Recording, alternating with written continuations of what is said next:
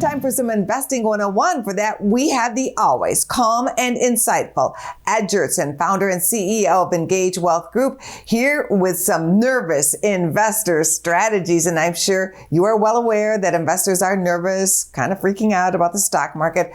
What do you suggest as the stock market takes investors on a wild ride? With the recent volatility in the marketplace, individual investors are nervous. And so they may sell some assets, some risk assets, stocks or otherwise, and then want to put that money into cash. And one of the great ways to save is through a high yield savings or money market.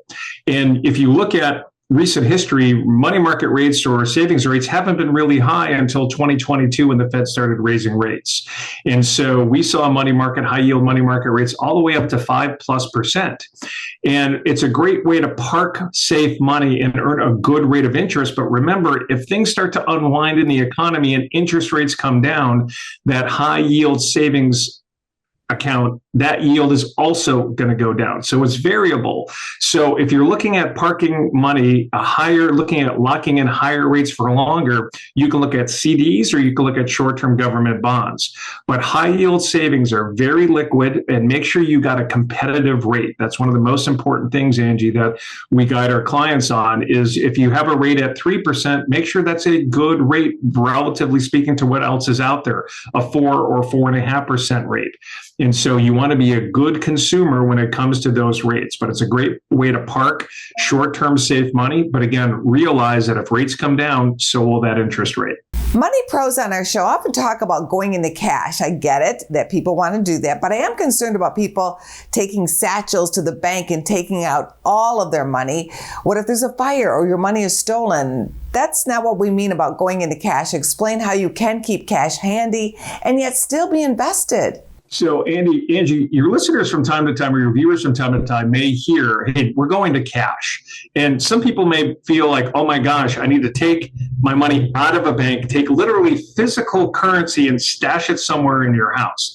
That is most likely not what we're talking about in terms of cash. Not only is that unwieldy, but it can also be a little bit dangerous walking out of an institution with a bunch of cash.